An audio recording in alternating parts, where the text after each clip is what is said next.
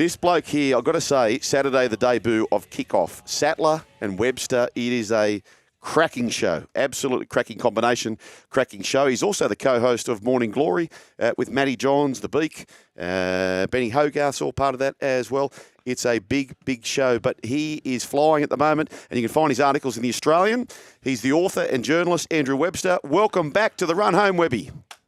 Thanks for having me, boys. Yeah, I'm being basically whoring myself to whoever give me some a paycheck at the moment. So that's the media industry in a nutshell. Yeah, join this club. This is the biggest whorehouse in Texas ever is. So we'll take anyone. How did you? How are you finding NRL 360? I'm enjoying it. Are you? It's Yeah. good. It's Okay. good. It's good. It's good. It's well, I was on in Vegas a few weeks ago, which is a lot of fun, and then I got terribly sick, Fletch, when I got back from Vegas, so I couldn't go on last week. But it was fun being on the show last night. It's a bit different. I was on the first couple of years of the show when it first started, about 15 years ago, when I had hair and was about 20 kilos lighter. So but the I don't know if you remember, that was in a tiny little studio. It was very claustrophobic, and I remember the first show I ever went on. The first show I ever went on was with Buzz, and Buzz, I could see Buzz sweating, and then I started to sweat. It was contagious sweat because Buzz, I caught his sweating, but it was nice and open. That you said it's nice and open, and Brace are professional. Yeah, and, very and professional. It was good fun on there last night. I enjoyed it. Yeah, what about the yelling at each other? Is that all contrived? Because, I mean, you're not much of a yeller. I understand that. I'm not a yeller. You're not a yeller. You sort of are much more composed. But when they start yelling over the top of each other, we can't understand anything. Do you ever bring that up at meetings? Crazy. Do you ever bring that up in meetings? No. Well, I've only just that's only show 2. So, but Doesn't if they matter. start yelling, I'm going to have to address it. Yeah. I had to turn off 360 there a few years ago because my new puppy, she couldn't handle it. Oh. She'd get very anxious. Really? I'm not joking. I've got photos of it. Her freaking out when 360 was on. There was all the yelling and the commotion. So, Speaking of commotion, Webby, speaking of commotion, let's do this, tourist. He does.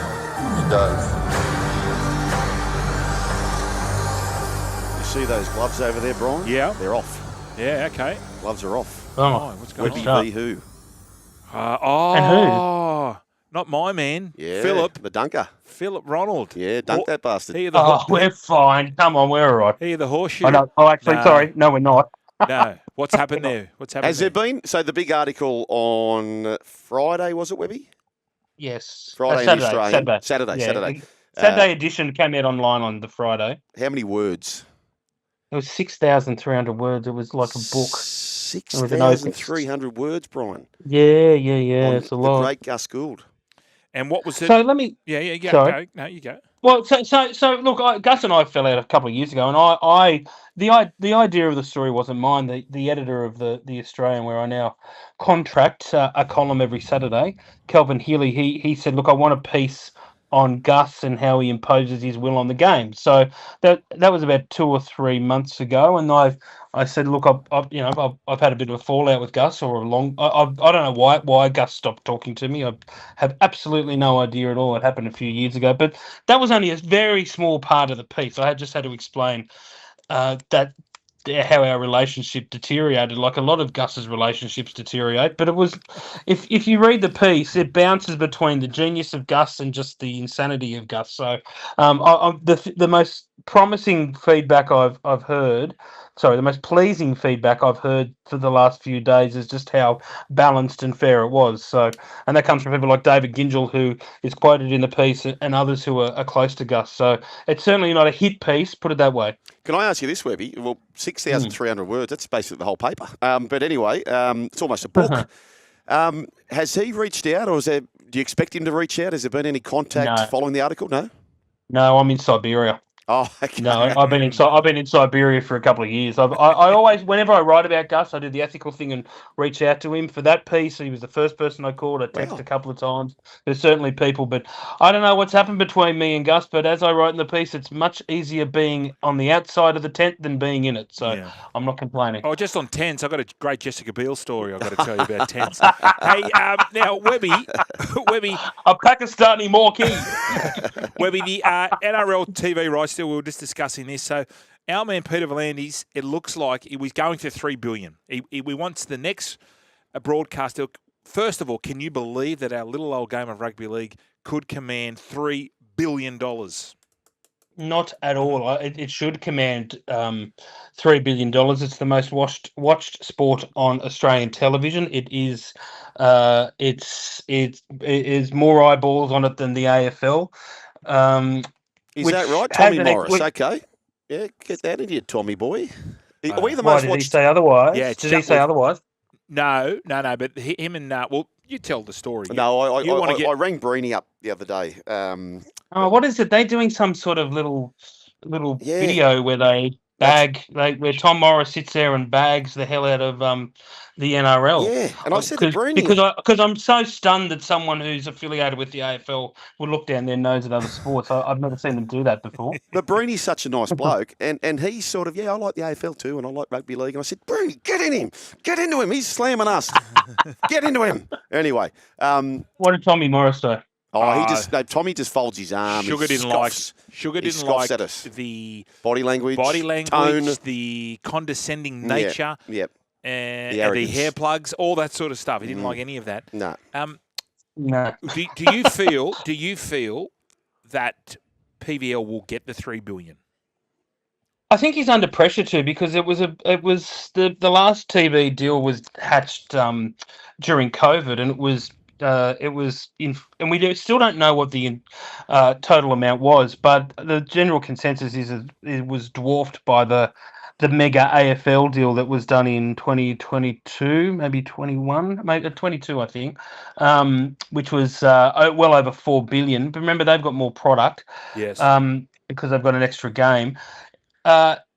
But the game is flying at the moment, and a lot of the knock-on effect of Vegas last year, that's what the cumulative audiences compared between the NRL and the AFL means the NRL have been far more watched than the other league. So he should be getting $3 billion. I'm not entirely sold. I know what he's doing with these stories about, it could be on Disney, it could be on Netflix. I'd be very surprised if that's the case. I think we're a TV deal away from watching the NRL on Netflix, but the whole landscape is changing with DAZN buying Foxtel, and also and it's just going to be a lot more on streaming platforms. I'd be really surprised. I wrote about this actually a couple of weeks ago. I think there'll be a big play from 9 for more matches exclusively on Stan. That's the big play, I reckon, that's going to happen. And I reckon PVL, quite wisely, is trying to screw as much money out of my former employees as possible. So I reckon that's the play. But yeah, I'm not entirely sure that we're going to be watching. We could say we'll be watching Origin on Netflix. Maybe in not this deal or the deal after. But I just can't see it happening yet. But that's the figure, $3 billion. He's laid down a pretty big market, PVL. Let's just do it. Hey, question without notice: the anti-siphoning legislation, is that still? Is it 2 games have to be on free to air, or minimum of 2 games have to be on free to air? Do you know the rules and regs around that? Oh God, that's a curveball. I'm pretty sure that's the case.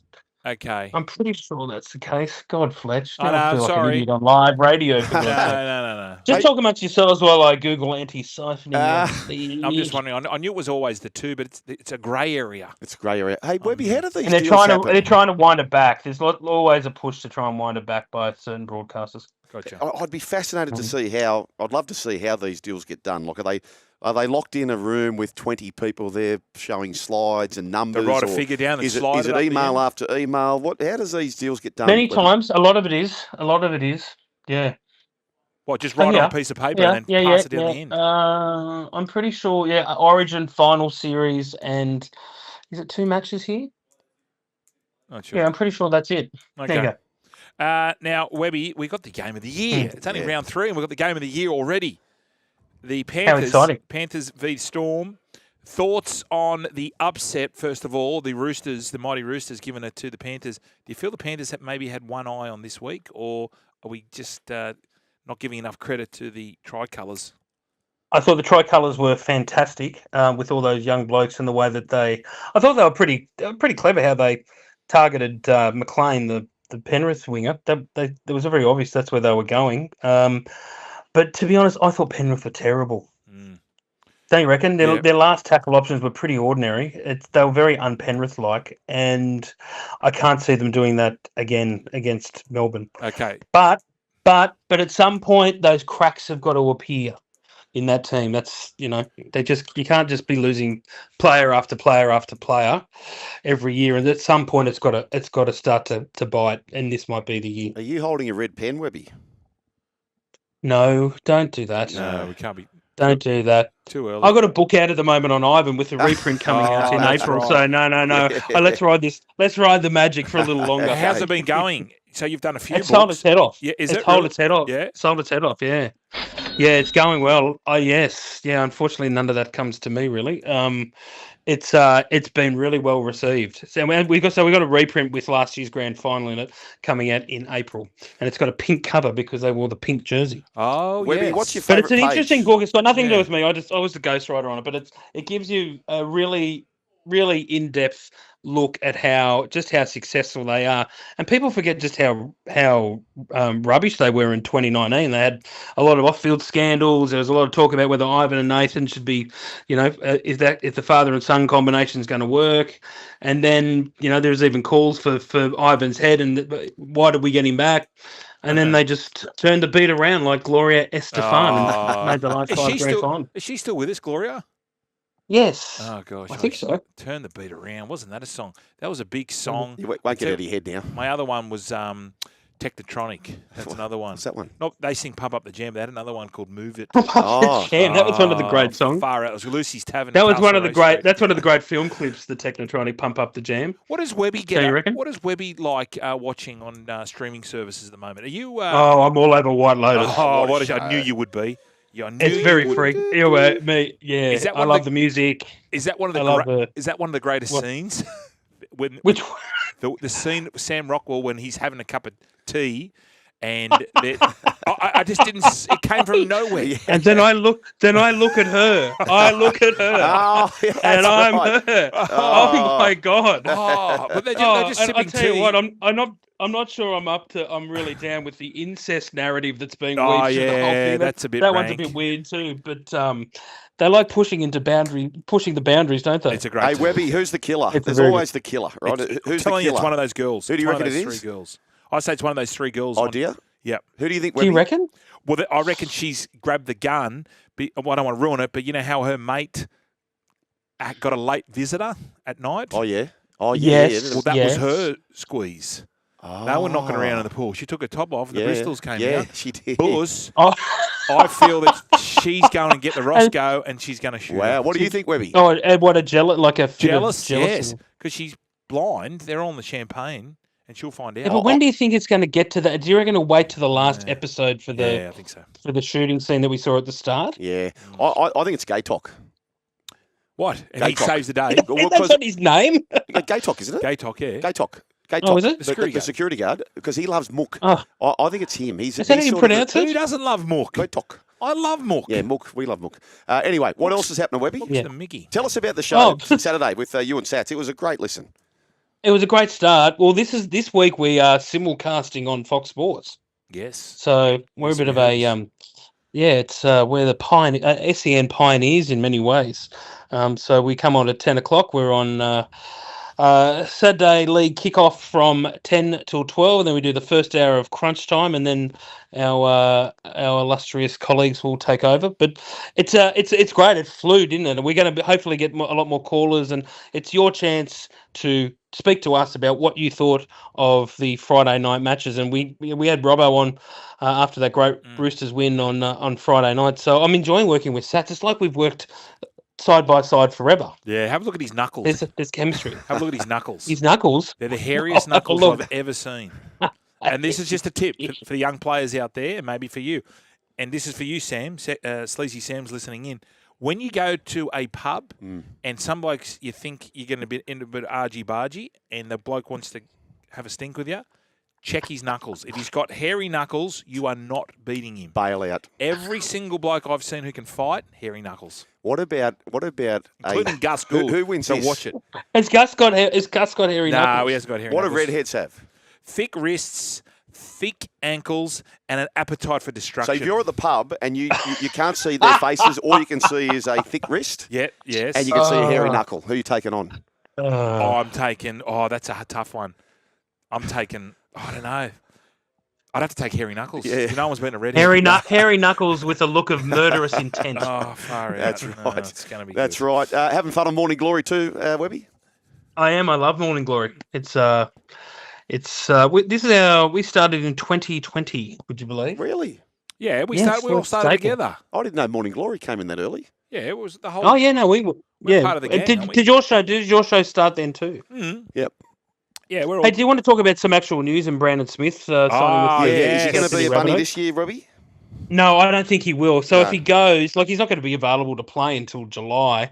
And given that his contract's about 900,000, I don't know if South are going to be prepared or have the cap space to pay the Roosters the 300 that will be going to their cap. So whatever happens, I don't think Brandon going frees up room for the Roosters to buy players. I think it just gives them the money to upgrade all those young juniors that are coming through, and we saw on Friday night. But it's a really significant move for Brandon. He was so close to joining Wayne Bennett at the Dolphins. I wrote about this in another book that I wrote about Wayne.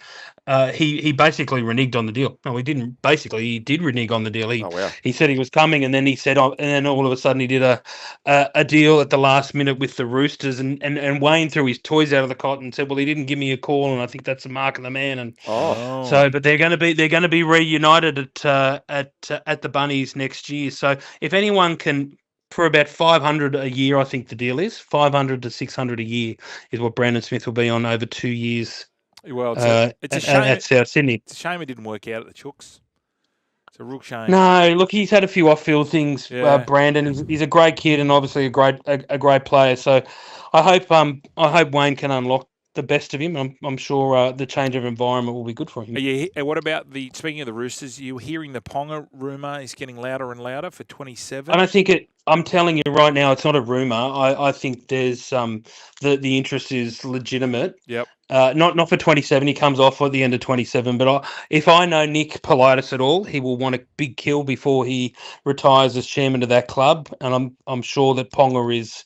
Well, I know that Ponga is the player in his sights. Okay. Okay. Wow. Okay. So it's not scuttlebutt. People seem to think it's all rumour, but I am telling you that it's on. He doesn't miss too It's much, on. Brian, It's a lot to go. It's a lot to go. A lot of water under the bridge. A lot of water. I mean, if it works, if it works with Brown at the Knights, that's going to be very much in Newcastle's favour.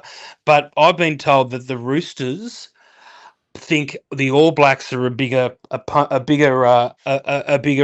Competitor, to trying to get that competitor. That's the word I was looking for. That's all right. I'm a journo. I'm good with words. Now, we'll find out who's got the hairiest knuckles in NRL, Brian. I'll find that. But Webby, I've been asking this to all our guests this week. Now, you are a Mad Dragons man. If Nathan Cleary can come to your club tomorrow, but you have to sign him for a 10-year deal, would you do it? It's a no-brainer. Absolutely. Okay. Why? Why? How has anyone said no? Sugar said no. Sugar said no. Sugar, How old is he? We're not. It's irrelevant. We're going to get him. Have you had a schooner and a half? Because I know that's about your limit. He's a 27. That's more than my limit. He's 27. 27. 27. The way that he looks up, I know he gets a little bit injured, but or a lot injured, but I it's worth the risk. What I said, Webby, was, and he's no, I'm not paraphrasing. No, I said I wouldn't sign anyone for 10 years. I know, and then I said, what about Nathan Cleary? I wouldn't sign him for 10 years. I'd sign him for 8 years. But if that was the condition to get the best player in the game, I'd pay it. Correct. Yeah, I probably would. Correct. But I wouldn't. Yeah. No. Anyway, you're probably right. All right, Webby. Righto, Webby, beat it. Thank you. It's all right. We've got Kyle Flanagan and Lachlan Lewis. We'll be okay. You'll be okay. You'll be fine. You'll be okay. And you got Gutho, king of win. You'll be fine. Good on you, Webby. Thanks, Webby. Guys. Great to chat. Morning Glory, 9 o'clock on SEN on Friday. That's how you can catch up with that. And Saturday mornings kick off 10 a.m. What a great way to start your Saturday morning, 10 a.m. on SEN on Fox League as well. You're still here? We'll see more on the Joel and Fletch socials and catch us live on SEN Radio. Because if you don't, you're an A grade. But if you do, you're the absolute Mickey.